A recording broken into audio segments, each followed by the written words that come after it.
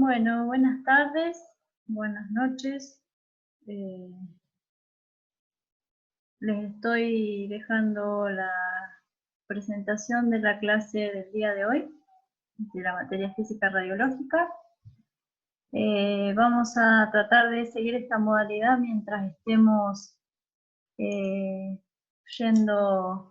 yendo al instituto, así que bueno, vamos a tratar de que sea lo más fácil posible de seguir la clase de esta manera. Vamos a comenzar con los temas que vamos a tratar para esta clase y vamos a hacer un breve repaso de lo que hablamos con algunos cursos en la clase pasada, como para que quede todo bien grabado. La modalidad va a ser de subir las presentaciones en PowerPoint para que ustedes las sigan, y además va a ir el videito con la grabación de la voz explicando los temas que vemos en el PowerPoint. Después, al final de cada clase, en la última presentación, voy a dejar registrado cuál va a ser la modalidad de lectura y demás para que ustedes lo puedan ir siguiendo para poder comenzar la clase siguiente con un nuevo tema, ¿sí? Vamos a trabajar con cuestionarios y tareas como les mandé.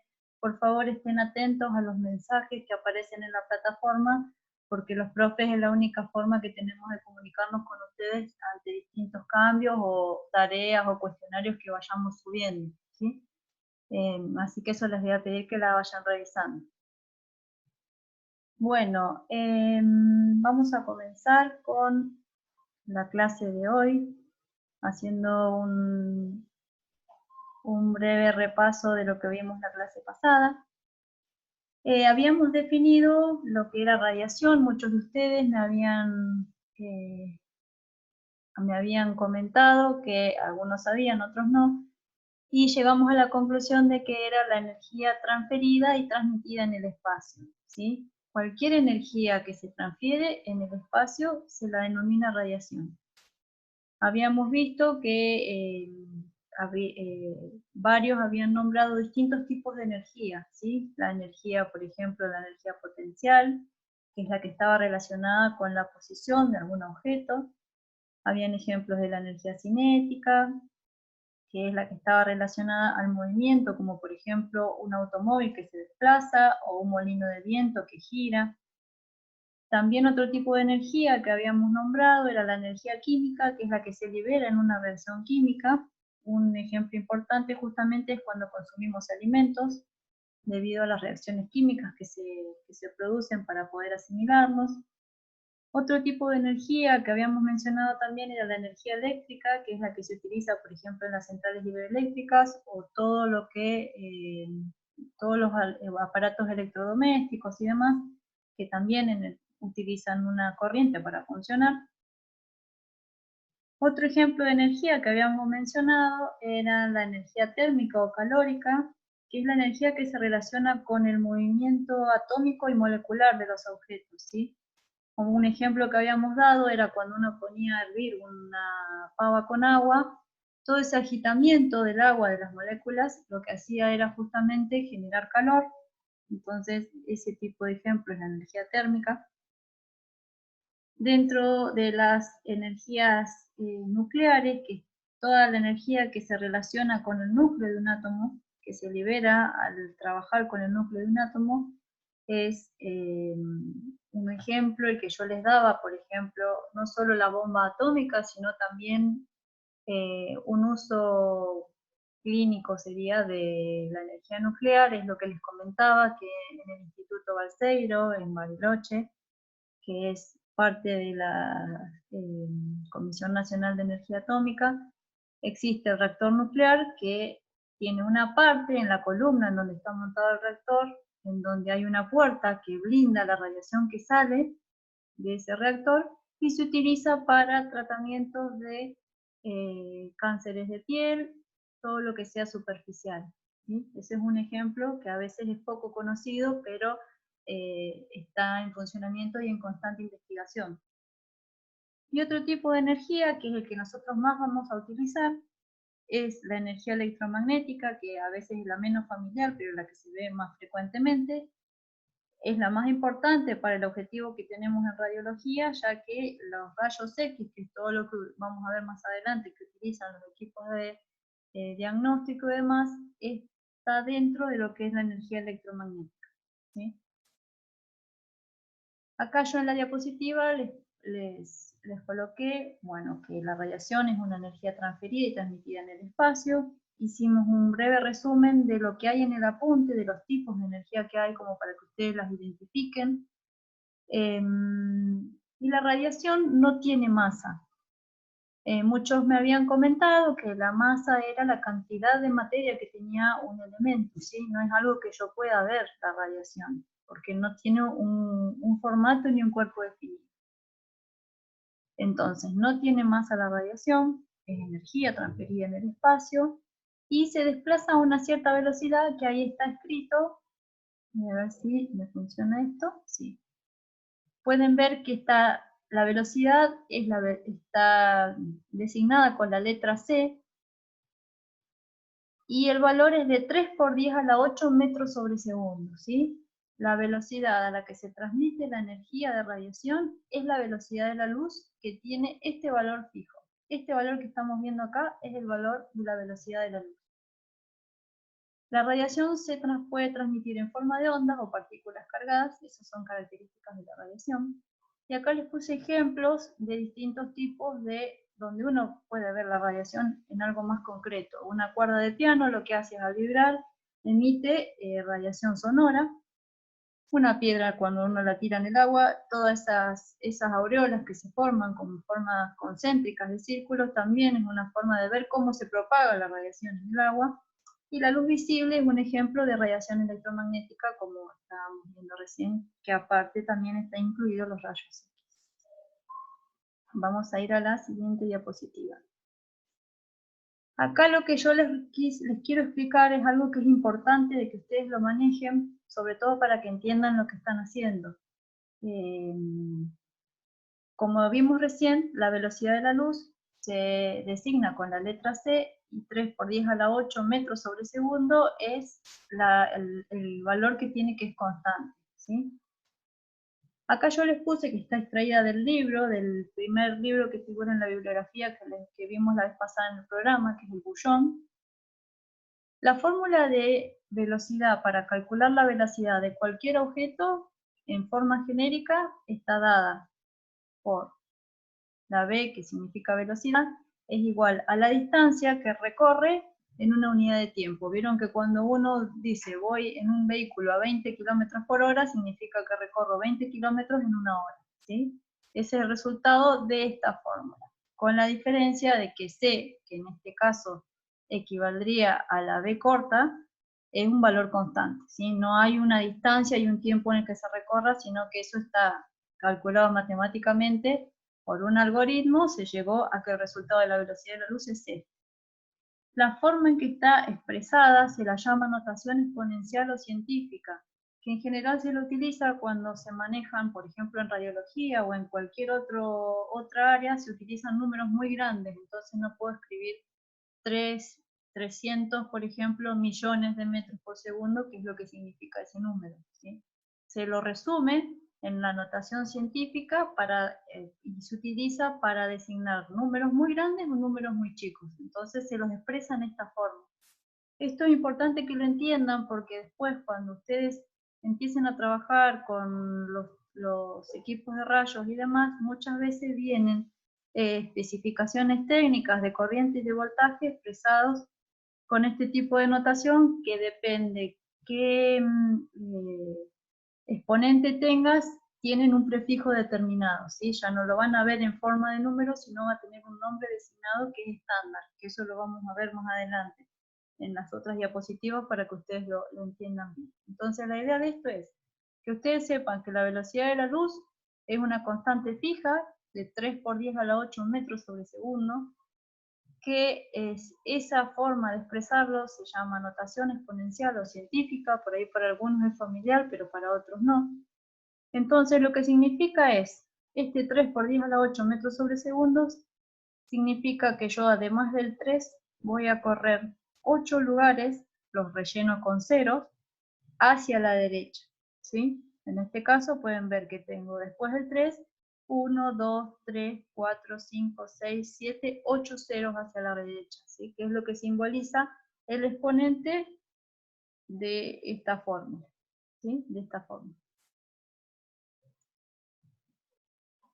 Entonces, como les decía, esta forma decimal de poner 10 elevado a la x, se llama, el x es un valor genérico que puede ser positivo o negativo. Es una forma de notación científica. Acá les puse ejemplos. Si uno tiene un 2 por 10 a la 5, significa que después del 2 es como si tuviera una coma detrás del 2 y la voy a correr 5 lugares hasta completar los 5 desplazamientos hacia la derecha. Si el exponente es positivo, como en este caso, el desplazamiento es hacia la derecha. Como recuerden que vimos la vez pasada, los ejes cartesianos, yo tengo un eje X y un eje Y. El eje X crece hacia la derecha y el Y crece hacia arriba. Entonces, si el exponente es positivo, voy a agregar cifras, en general son ceros, hacia la derecha. En este caso que tengo, por ejemplo, 1,3, siempre lo que desplazo son las comas. En este caso no tengo coma, es como si tuviera un coma 0, pero no tiene validez poner un 2,0, es lo mismo que un 2, por eso se corren los 5 lugares como si fuera la coma hacia la derecha. En el caso de abajo, se correría 4 lugares hacia la derecha, desde donde se encuentra, en este caso es un punto o una coma, entonces tengo 1, 2, 3, 4, ¿sí? En el ejemplo de abajo, si el exponente es negativo, como figura ahí el menos 2, voy a correr hacia la izquierda, ¿sí? Los valores van a agregarse hacia la izquierda. Entonces, es como si me pusiera la coma delante del 3, ¿sí? Y corro 2 lugares. Acá me comí un valor. Entonces, de donde está el cursor, voy a correr 1, 2 lugares y ahí voy a poner la coma. ¿Sí? Entonces ustedes pueden ver que son números muy chiquitos la forma de denotar, de simbolizar esto. ¿Sí? En este caso son números grandes que en general se utilizan hasta con exponentes de 18 o más de 20. ¿Sí? Por eso en general es más práctica esta forma de expresar. Y en el ejemplo de abajo es otro que tiene exponente negativo, como pueden ver el menos 5. Entonces, desde el lugar en donde se encuentra la coma, ahí coloco el cursor, voy a correr 1, 2, 3, 4, 5 y ahí pongo la coma. Entonces, esa es la equivalencia entre la notación exponencial escrita de esta forma, que es una notación decimal, ¿sí? Son dos formas de expresar el mismo número. En general, cuando ustedes encuentren expresadas números muy grandes o muy chicos, lo van a encontrar de esta forma, con una notación exponencial. Bueno, esto es como para que lo tengan presente, véanlo, practiquen con algún número. Después nosotros vamos a hacer en el cuestionario que les voy a colocar, una vez que veamos esta y la clase siguiente, vamos a hacer pequeños, simples ejemplos de esta forma, como para ver si lo entendieron, ¿sí? Es importante que lo entiendan para después poder hablar y que sepan de lo que estamos hablando. En esta diapositiva lo que coloqué fue justamente referido a lo que acabamos de ver, dos tablas que se encuentran en el libro. Está la tabla 2.4, en donde, a ver, la voy a agrandar un poquito más, en donde se ve distintas formas de expresar los números, ¿sí? En distintos sistemas. Está el de fracción, en forma decimal y en forma exponencial, que es la que acabamos de ver, con exponentes positivos, pasando por 0 y negativos. El valor de 10 a la 0 tiene un valor fijo que es 1, ¿sí? Entonces, en función después de si es positivo o no, es la cantidad de ceros que va hacia un lado o hacia el otro, como vemos así. Esta otra tabla lo que muestra es que tanto en ingeniería como en radiología, que ustedes también lo van a utilizar, hay prefijos que son estándares, ¿sí? Como yo les decía, los exponentes pueden ir, no tienen una limitación, pueden ser positivos o negativos, pero, por ejemplo, hay estándares que son, en este caso, el 10 a la 12 se lo llama tera, o sea, ustedes pueden encontrar tera, giga, como por ejemplo las memorias de las de las computadoras, que se las da en gigabytes, ¿sí? Significa que y está relacionado a un exponente de 10 a la 9 valores, ¿sí? El símbolo en general es el que está en esta columna, que es como se lo escribe. Por ejemplo, si ustedes ven en una computadora también hay memorias de tanto megabyte o gigabyte. Entonces, el prefijo que se utiliza para denotar esta notación exponencial, hay algunos que ya tienen nombres conocidos, ¿sí?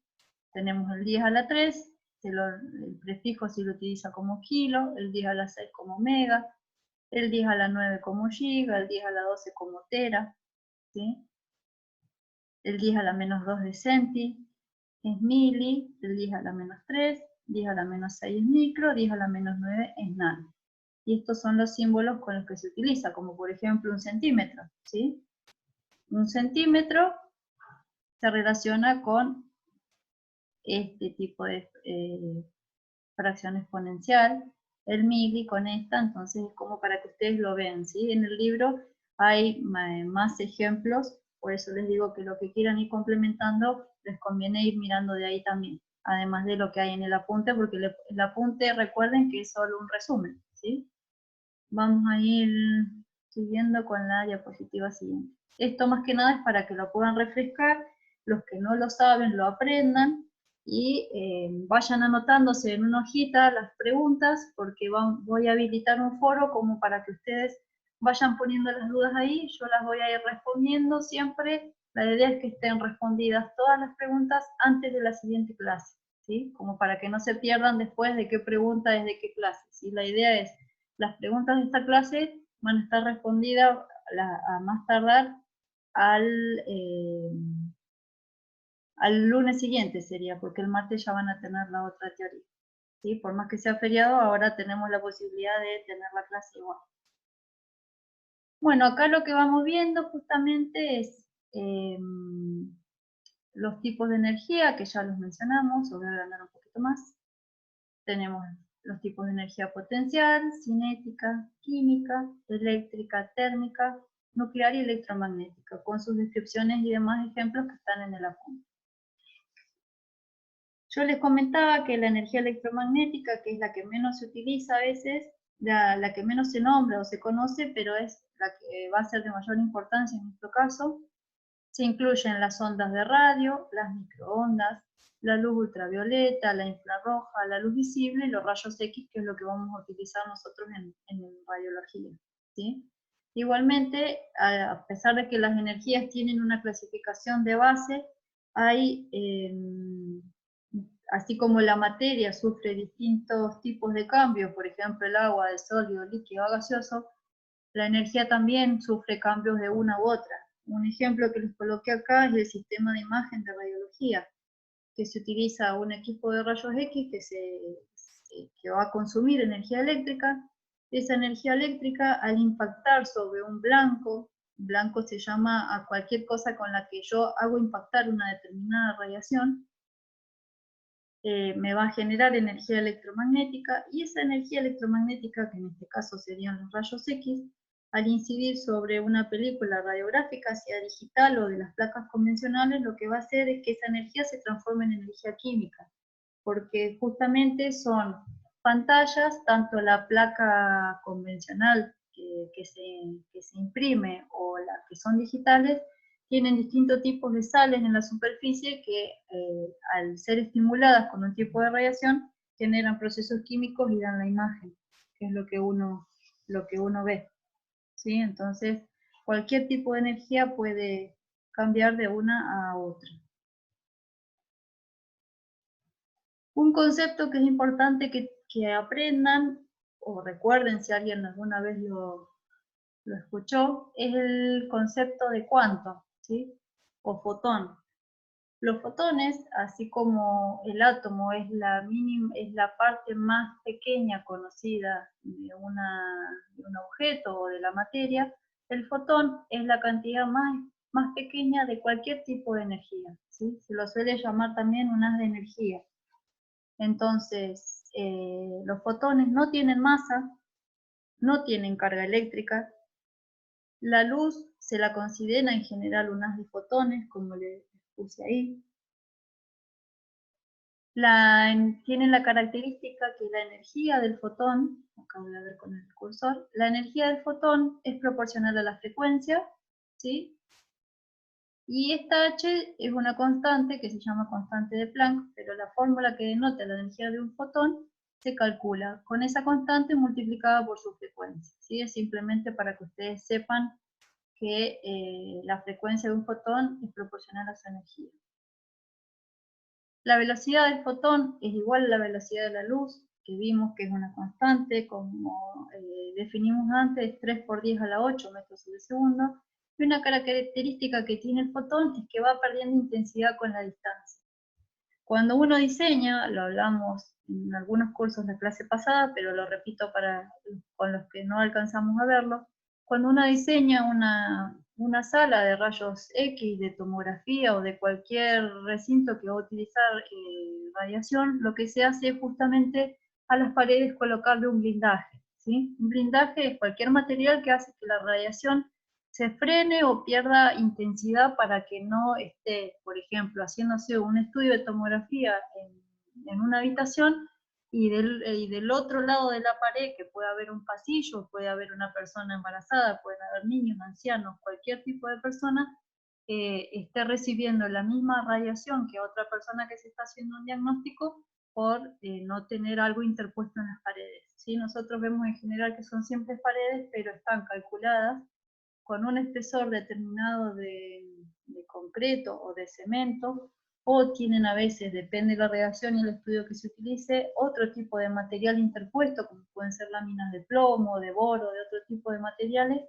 que hacen que ese fotón vaya perdiendo intensidad a medida que va atravesando distintos espesores para que del otro lado tenga lo mínimo posible o lo mínimo requerido por las entidades regulatorias, ¿sí? Eso es algo que es más que importante tenerlo en cuenta, sobre todo para cuando vamos a ver en la unidad 4 el tema de protección radiológica, que hay ciertas exposiciones que son para público y para trabajadores y se hacen todos los cálculos en base justamente a la atenuación de la radiación con la distancia o con un determinado material interpuesto, ¿sí? En esta diapositiva lo que vamos a hacer es más que nada repasar cómo es la estructura de un átomo. Es importante que ustedes lo recuerden porque más adelante vamos a ver cómo interacciona la radiación con la materia y en función de con qué partícula del átomo interaccione, va a dar un tipo de radiación que va a servir para un determinado estudio de diagnóstico o de tratamiento, ¿sí? Es importante que recuerden cómo están dispuestas esas partículas en un átomo para poder entender después los procesos físicos que va a dar la interacción de la radiación con la materia.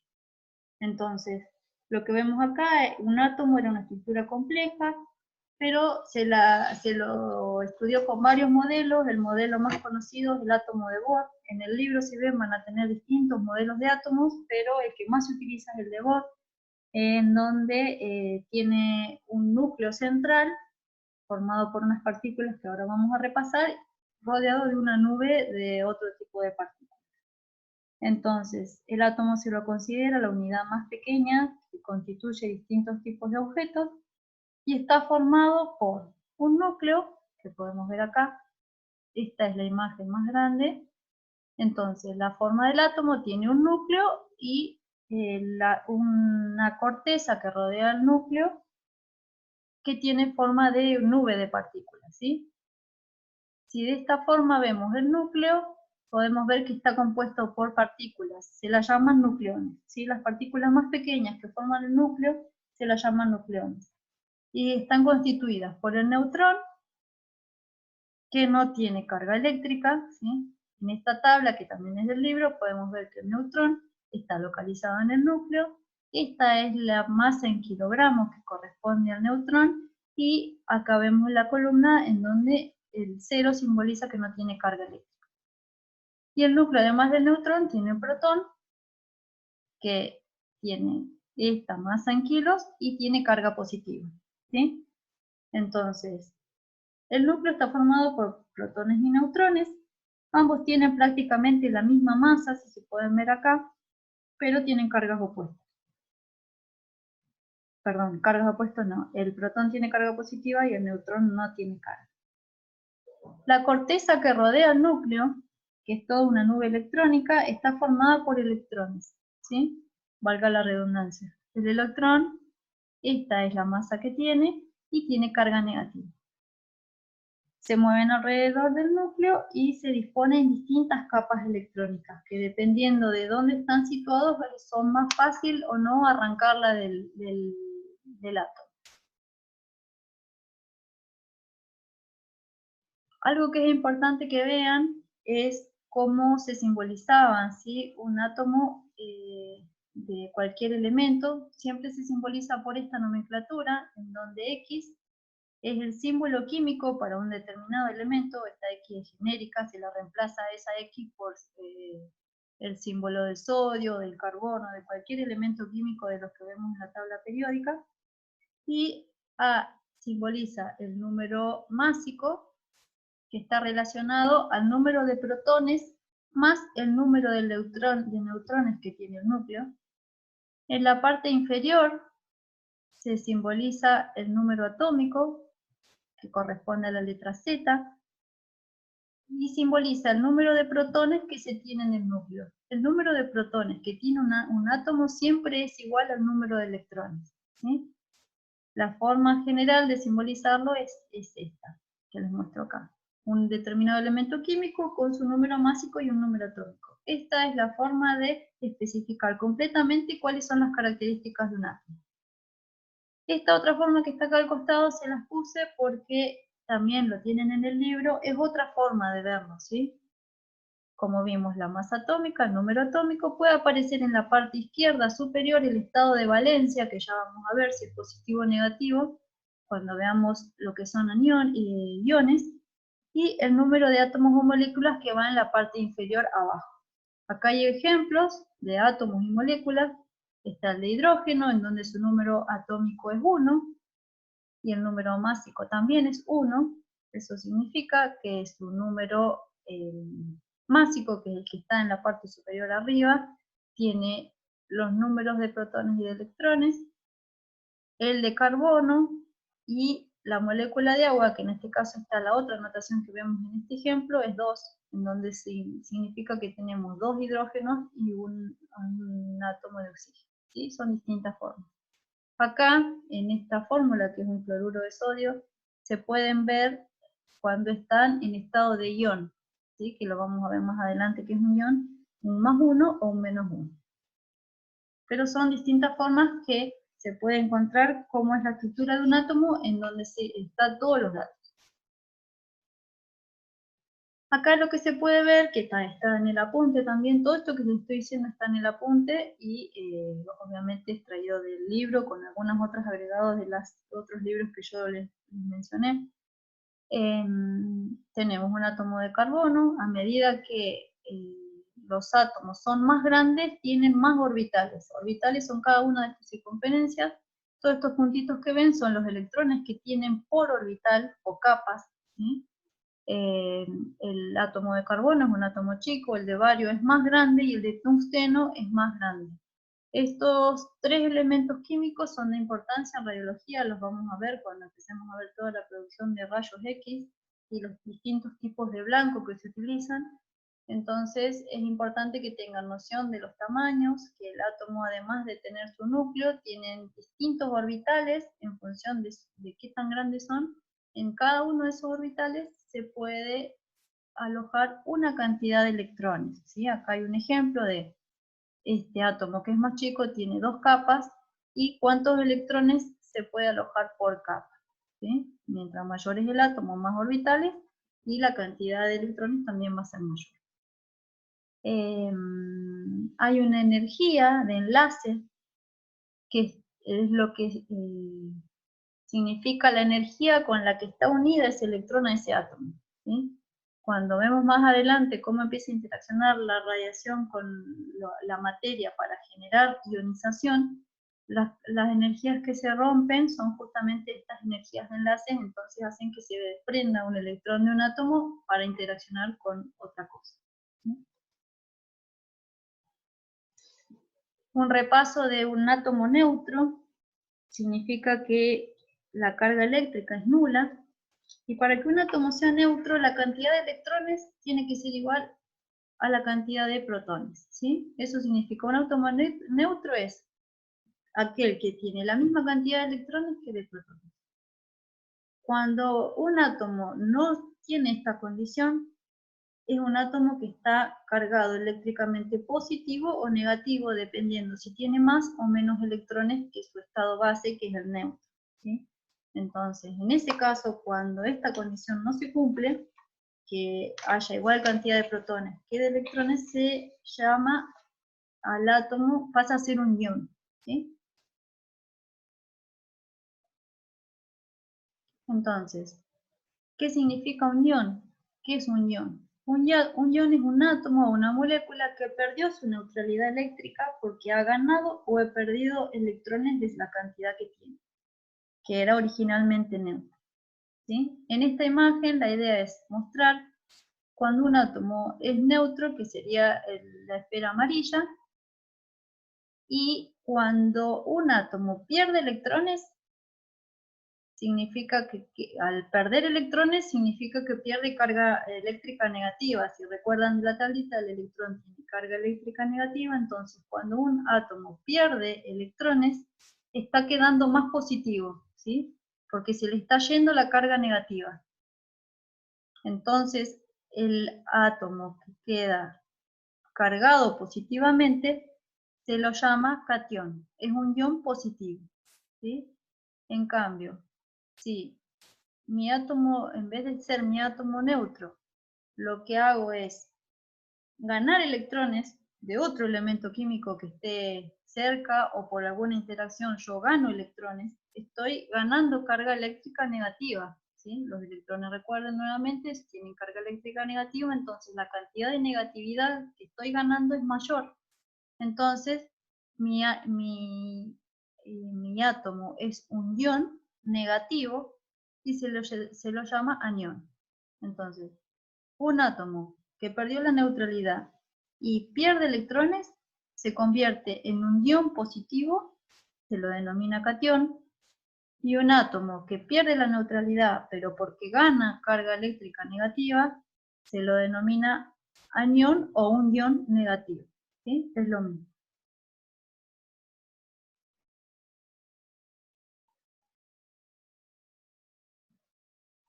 ¿Esto para qué es importante saberlo? Porque durante la interacción de la radiación con la materia se sufren fenómenos de ionización, ¿sí? Entonces sabemos que un ion es un átomo que ganó o perdió electrones, ¿sí? Puede ser positivo si perdió electrones, que es un ion positivo, o catión, y negativo si ganó electrones, un ion negativo o anión.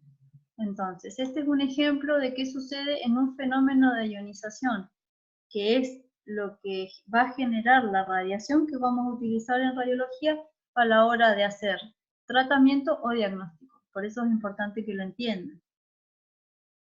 Un ejemplo es, yo tengo un átomo, en este caso es un átomo de nitrógeno, que está simbolizado por el símbolo químico N, al que yo le sumo una cantidad de energía.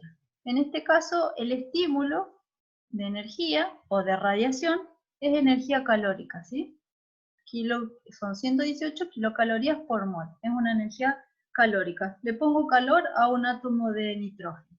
Entonces, la forma de simbolizar es, yo tengo un átomo de nitrógeno al que le agrego una cierta energía que lo va a modificar. Esa es la idea de mostrar este ejemplo de que lo estoy estimulando con una energía que recuerden que es una forma de radiación, ¿sí? Entonces tengo el átomo de nitrógeno con una radiación, en este caso relacionada al calor, y me va a dar como resultado un ion de nitrógeno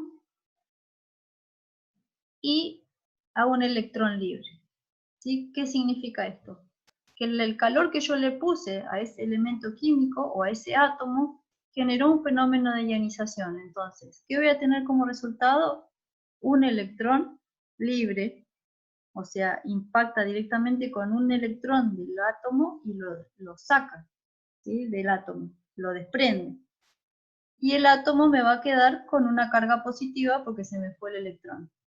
Entonces, el resultado de la interacción de un elemento químico, de un átomo cualquiera, de cualquier elemento con una cierta radiación, me puede generar en un fenómeno de ionización un electrón libre más un ion, ¿sí?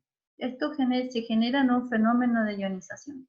Yo rompo la energía que une el electrón a ese átomo y lo saco. Ya no es más parte de la composición de mi átomo ni de la estructura de la materia que tenía ese átomo. Eso se lo denomina un fenómeno de ionización. Impacta la radiación y me despide un electrón del átomo al cual impacta la radiación. Y hay otra diferencia que es el fenómeno de excitación, ¿sí? En el fenómeno de excitación lo que pasa es, yo tengo el átomo que tiene su núcleo, acá pueden ver el cursor que estoy marcando el núcleo, las distintas capas orbitales con distintas energías de enlace de los electrones de esa capa. Ven que la energía E1 es la que tiene y sujeta los electrones en esta capa, la E2 sujeta los electrones de esta capa, la E3 sujeta los electrones de esta capa. Entonces, la energía, viene una cierta energía e impacta con el electrón del orbital más cercano al núcleo. En este caso es donde señala la punta de la flecha. Cuando un electrón se excita, ¿qué es lo que pasa? Salta de la capa en la que se encuentra, que es esta, en donde la energía que lo mantiene es la E1, salta a la capa E2, ¿sí? Viene un estímulo energético de radiación, choca con ese electrón, le da más energía y salta de capa, ¿sí? Esos tipos de estimulaciones o de excitaciones, ¿qué es lo que pasa? Son inestables. Entonces, vuelven a querer volver al lugar en el que estaban, ¿sí? Entonces, cuando se genera el fenómeno de excitación, un electrón pasa a una capa de energía más alejada, que es la que está afuera, pero el átomo es menos estable. Entonces ese electrón, ¿qué es lo que hace? Que es lo que se muestra acá, en esta parte, el mismo electrón que se estimuló, vuelve al lugar en donde estaba. ¿Y qué es lo que hace al volver? Que se dice que vuelve al estado fundamental, se emiten fotones, ¿sí? Esta, que parece como una viborita de color rojo, esta forma de naturaleza ondulatoria es la forma en la que se simbolizan a los fotones. Entonces, cuando un átomo se excita, significa que la energía impacta con un electrón de la capa orbital, de una capa orbital. Al ganar más energía salta a una capa más alejada, pero al ser menos estable vuelve a su estado base y emite un fotón. ¿Sí? Ese fotón, como vimos, energía, no tiene masa, no tiene carga eléctrica, y lo que se utiliza ese fotón para determinadas cosas que ya vamos a ver más adelante, y la energía con la que se emite ese fotón es la diferencia entre la energía que tenía al principio y al final, ¿sí? Es la transición, en este caso, de la capa E2, que tiene mayor energía, a la E1, ¿sí? Entonces, esa es la definición de excitación. Hay que tener, después en el apunte, lo van a leer, esto está bien explicado, pero hay que tener bien en claro cuál es la diferencia entre ionización y excitación de un átomo. En la excitación de un átomo, los electrones se estimulan con una energía que viene e impacta con el átomo, los electrones suben de energía, vuelven a bajar y emiten un fotón porque no se queda en el lugar de estimulación porque es inestable. Pero el electrón continúa dentro del átomo, solo hace como una subida de escalón, sube un escalón y vuelve a bajar. En cambio, en la ionización, la radiación o la energía que impacta es tan fuerte que lo que hace es desprenderme el electrón, ya el electrón ese no es más parte del átomo y me queda el átomo con un estado ionizado. Eso es lo que veríamos hasta ahora, ¿sí? Ahí tienen todos estos temas que vimos en el apunte, están con con el mismo título. Lo importante es que ustedes lean todo lo que está en el apunte, porque esto obviamente es una presentación de lo que tienen que saber. Y traten de, o sea, es fundamental que ya tengan el libro está subido en la biblioteca virtual. Si no llega a estar subido para que ustedes lo puedan descargar, el libro que es de autor Bullón, me avisan y yo se los mando, se los subo a la plataforma o aviso al instituto que lo suban. Yo cuando entré a la biblioteca estaba, o sea que tiene que estar el tema de si no se los deja descargar, pero con cualquier cosa me avisan lo más pronto posible para que puedan complementar de ahí. En el libro, en estos temas, hay muchos ejemplos que pueden llegar a aclararle las cosas, ¿sí? Pero acá les puse como para que no se olviden qué es lo que tenemos que tener visto antes de la otra clase. Escuchen esta teoría, porque está explicado con ejemplos y demás.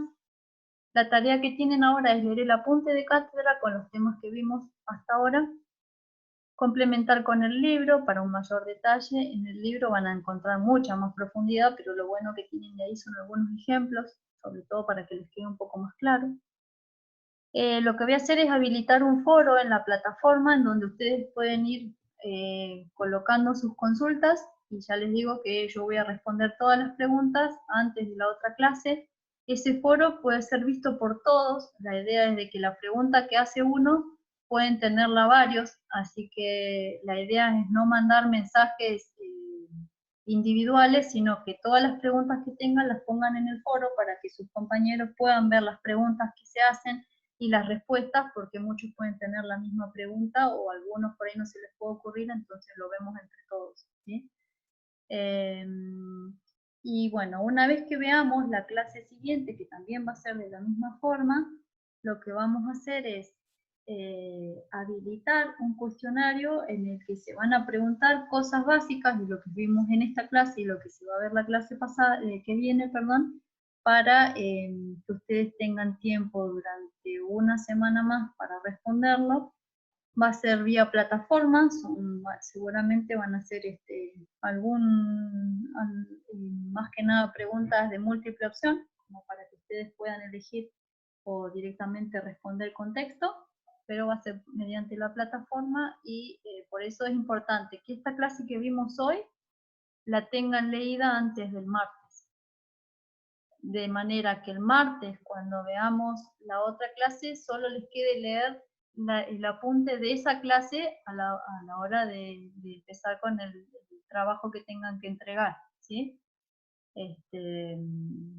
No son temas difíciles, no son temas largos, por eso dedíquenle el tiempo porque la grabación con la teoría que les pasamos es bastante más corta que una clase presencial, porque uno puede interactuar mucho más con ustedes, por ahí salen algunos otros temas que uno no los incluye directamente en las presentaciones y se hace un poco más extenso e incluso puede trabajar en clase.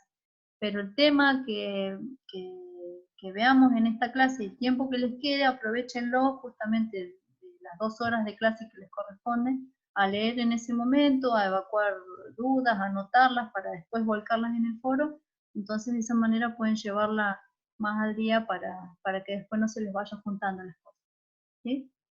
Así que bueno, nos mantenemos entonces en contacto por esta vía.